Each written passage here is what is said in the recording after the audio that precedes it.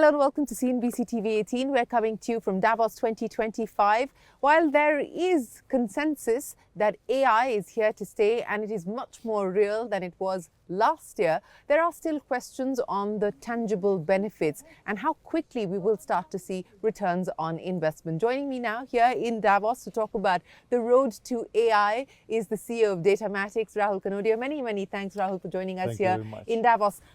If we walk down the promenade, all you get to see is AI, and it almost feels like deja vu, because if I walk down this street last year, it was all about AI. But what I am hearing from CEOs that I speak to is it's more real today than it was 12 months ago. Absolutely. So take me through how you see it. So AI is really gaining ground. 12 months ago or 18 months ago, it was a new kid on the block. It was a lot of excitement. But actually, AI has been around for a while. Yeah, generative AI and the fact that the mainstreaming of it courtesy ChatGPT. Absolutely. Yeah. So it's generative AI that's the new kid on the block. Yeah. AI has been around. And what companies are now beginning to do is integrate classic AI with generative AI. And you need both of them to work together to really deliver the value. And that's happening. Also, generative AI has matured quite a bit. Right. And that's really now giving value. So we've done several projects in Datamatics for customers where we were able to significantly reduce effort or improve productivity to the tune of even 80-90%.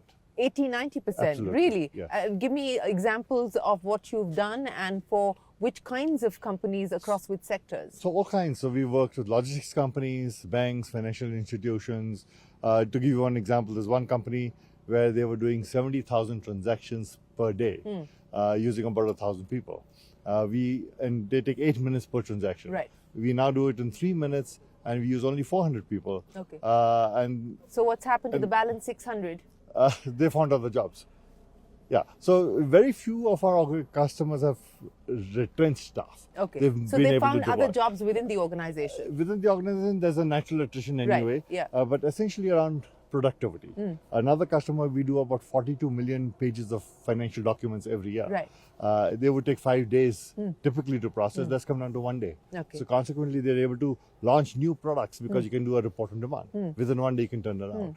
Versus 5 days. So huge productivity gains. So huge productivity gains, and you're seeing that play out already. Yes. But in terms of scale, what are you now starting to see in terms of adoption at scale as well? Adoption of scale is not yet there. Okay. People are still Experimenting with it. They're still piloting it. They are flirting with the ideas.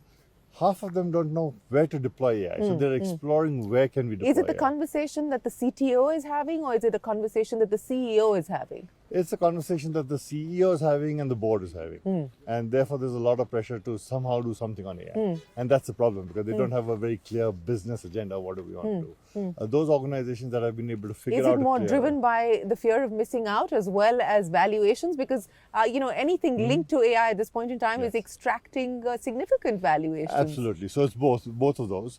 But organizations that are a little more collected in their thoughts are seeing more success. So what are the questions that they come and ask you when they look at the possibility of how they deploy this at scale? So one of the things that they do, there are 2 or 3 problems that they have. One is they don't know where to deploy. So the first question is, where can we put AI and what can we do with it? So that's one big problem. The second is, very often they get into a trap where they're trying to test the intelligence of AI. And that's dangerous, because you've got to focus on medium complexity projects that are high volume and labor intensive. Right. And that's where the maximum impact is. If you take an exotic area which is very complex, it doesn't give you the value. Okay. So, speaking about the fact that this is expected to provide that productivity uplift, what are the gains that you foresee for corporations, but also overall for the economy when we talk about India, for instance? There'll be a huge economic gain. The productivity itself gives you a much better bottom line. It also gives you a competitive advantage. So your growth trajectory changes the moment you become more competitive. As far as India is concerned, India today has about 15% of the AI talent, which is quite large. And therefore, I think India is very well positioned to capture and be the factory for the world for generating AI solutions. Right. And, at Datamatics yourself, how are you positioned and poised now to leverage on this opportunity that has presented itself? We've been doing AI for the last 12 years. So we've been deep into it, and we've deployed AI in every aspect of whatever we do. Right from the customer experience side, right from the back office productivity side, the front office, back office, in all the technology elements. Every customer engagement that we have, we try to see how do we deploy AI. Sometimes small pieces of it, sometimes larger pieces of it. It's a mixed bag. But we've successfully delivered several projects. And therefore, I think we are very well placed actually to capture this opportunity of AI. You know, I was having a conversation with Kathy Lee, who heads the World Economic Forum's AI and metaverse practice. And one of the things that she cautioned people about was the fact that don't look at AI essentially as adding a top layer of tech to the business. You have to look at it in its entirety. One, what is the problem that you're trying to solve? And then B, how do you immerse that within the organization itself? So as you're working with clients, what's the approach that they have? Are they looking at it as a tech issue? Are they looking at it as a tech plus people, a workforce reorg issue? Many are looking at it in a wrong way. They're looking at replacing people and replacing processes. That's dangerous. To your point, it has to be invisible. It has to be integrated within the organization. That's when you get the maximum impact. So those organizations that are able to use it as a productivity tool rather than replacing people are the ones who are far more successful. And once it becomes invisible, it becomes the way of doing things. And that's when you really get the impact of it. You know, in terms of tech spends, incremental spends to try and augment organizations with AI, what does it mean and what kind of a market does that open up? So organizations have spent millions and billions of dollars in tech platforms. They're not going to replace that. And therefore, AI has to be bolt-ons. They have to be integrated into existing systems. They cannot replace existing systems. And that's very important. So how do you sort of layer it, not necessarily on top, but integrate it within the system? So that's very critical. You've got to make sure that every person is using AI because the thought process has to change. And as long as the thought process doesn't change, the organization will not move. So that also brings us to the issue of skills and upskilling. And while we are, of course, in many ways the AI human capital of the world, the center of human capital for AI in the world today, but what would you see as the challenges when we talk about upgradation of skills, reskilling people, and what are you doing about that in Datamatics? Yeah, so several things. One is that you've got to remove the fear of AI. People have a huge fear of AI. That has to be... And mistrust as well. Mistrust. You fear that your data will go outside. Data security is an issue. Privacy is an issue. So one of the things that we've done is we've democratized it. Everybody's playing with AI. And that's the only way to get everybody to be comfortable with technology. Several training programs, recognizing people in public, those who successfully delivered something on AI, we recognize them in public. We suggest the same thing to the customers as well. They need to make heroes out of those people who've delivered breakthrough technology, breakthrough thinking. And once people are comfortable and their thought process changes and they use it on a daily basis, that's when you see the transformation come. So what are the plans now at Datamatics, over the next few years as we look at this AI era? So I tell you, AI will be hugely transformative. Today, if you see, the world has 8 billion people, but there are 8.9 billion cell phones. 7.2 billion are smartphones. And there are about 2 billion 5G connections. That is growing at 1 billion per year. So in 3 years, you'll have 5 billion 5G connections. All of those are smartphones with AI on the hand. So you'll have 5 billion people walking around with an AI device in their hand. That will be hugely transformational. So the way the businesses function, the way people function, will totally transform in the next 3 to 4, 5 years. And that's when your businesses will either get disrupted and go out of business, or capture the opportunity and be hugely successful. So, but what are some of the risks that people need to be mindful of as they make this transition, as they make this journey? There is no risk. I think the only risk is of being left behind or becoming obsolete. And therefore, the faster you adopt it, the more you indulge with it, the better off you are. Your skill set has to change. The people will not change. The skill sets have to change. To give you a simple example, if you go back 150 years ago, people rode horse carriages. Today, there are no horse carriages. There are automobiles. It has replaced the horse carriage. But there are more drivers in the car than there were horse carriage drivers.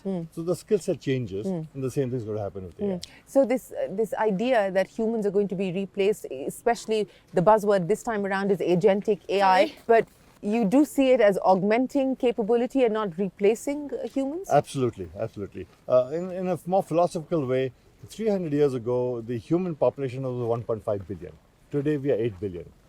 We were an agricultural economy then. That got automated. We went to industry. industry got automated, we went to services, financial services, healthcare services. Services are getting automated on the back of AI. Humans will go to something else. In this journey, there's been no greater unemployment. The population's gone from 1.5 billion to 8 billion.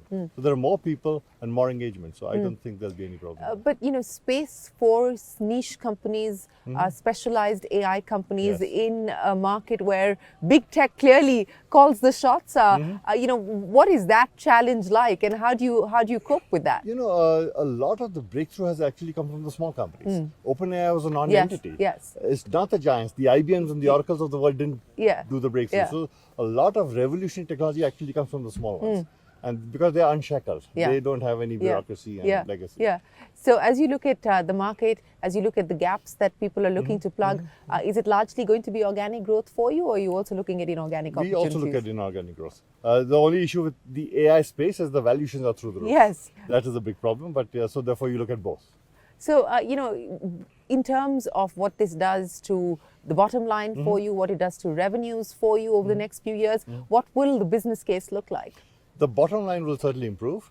The revenues right now are, I would still a little elusive because people are still experimenting with it. Nobody's gone full blown into large projects. Also, AI by design are small projects. They're not very large projects. Right.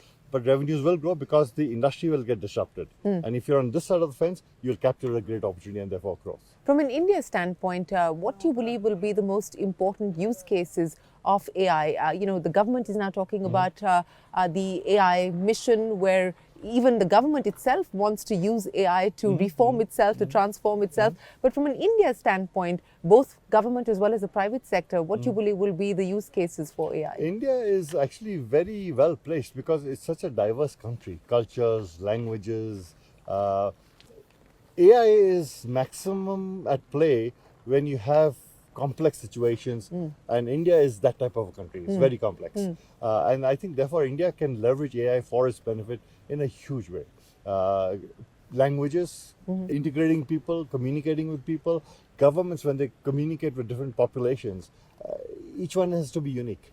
And given the complexities of India, I think we are very well placed for that.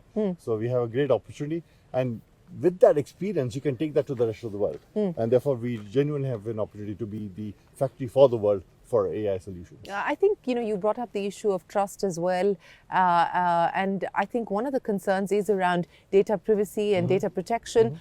How do you see that? Now we do have the government put in the rules. We already had the law, but the rules have now been put in place as well, and the consultation process is on. How significant will that have to be in order for us to move forward? Data privacy is an issue. I think every enterprise, every government is very seized of that matter. Given that they are seized, today we've put in enough guardrails to secure the data. So I don't think data security is any further an issue. They have been already perimeterized and protected. Now, of course, there could be a violation. Somebody can hack into it. That's a different matter. But by and large, today data is secure. It's not an issue. What has surprised you about the way that we've seen this take off in the last 2 years, especially post ChatGPT? As you said, AI has been around for decades now. Generative AI is a different story altogether. But the way that it took off with OpenAI and ChatGPT, what surprised you? I think what really changed was the hype factor, huge hype. But what was important is that until now, you needed technical knowledge to do AI. With ChatGPT kind of interface, any consumer could interact in English or any language for that matter. And therefore, it brought AI into the consumer's hands. And that was what was very different.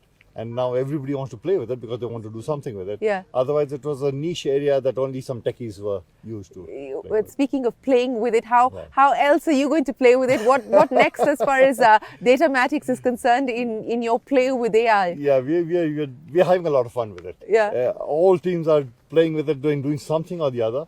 At home, people do that. My kids do that. In the office, in the company, everybody's playing with AI because that's the only way to really get to the bottom of it. Kids play with video games, and that's why they become experts because they play with it and they're not trying to analyze it. Yeah. Well, yes, curiosity and of course the ability to learn quickly. Well, that will also have to be key. But in terms of skill sets, what do you believe will have to be the skill sets to be able to leverage this world? I think the ability to think differently. The key skill is how do you become creative and think differently, because the way it functions is not the traditional way that we work. And that's very important. I'll give you a very small example.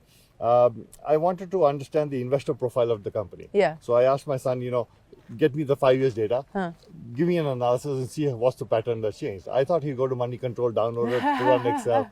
He came back in 30 seconds. I said, what do you do? He said, I use ChatGPT.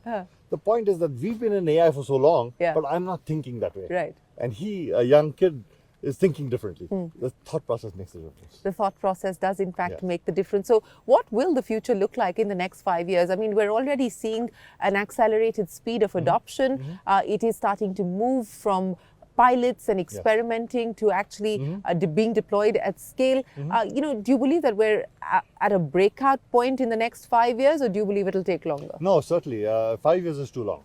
I think within 24 months you'll see huge breakthroughs. 12 months maybe they're still experimenting. 24 months you'll see that. 5 years is too long. And any sectors in specific where you believe the adoption rates are higher and hence they'll be able to derive the gains faster? Typically those sectors that use a lot of information. So your insurance, banking, services, because AI is all around information. So if you go into core factories, nothing much will happen. Of course, you can design your product differently, and design is all information. But you don't look at the traditional sectors of agriculture and manufacturing. It's more the information. And so India as a market for AI, what do you believe over the next 12 to 18 months? India is still a little further away, because AI is still expensive and it is not very scalable yet. And India requires a much more cost-effective solution. So I think India is probably another 12 to 24 months away before deploying it at scale. You'll have enough experiments going on, but the scalability will come a little later. The scalability will come later. How much of AI have you now started to use? Do you have a co-pilot? I mean, how are you using it yourself? No, of course I have a co-pilot, and I dream AI, I wake up with AI. Really? With AI.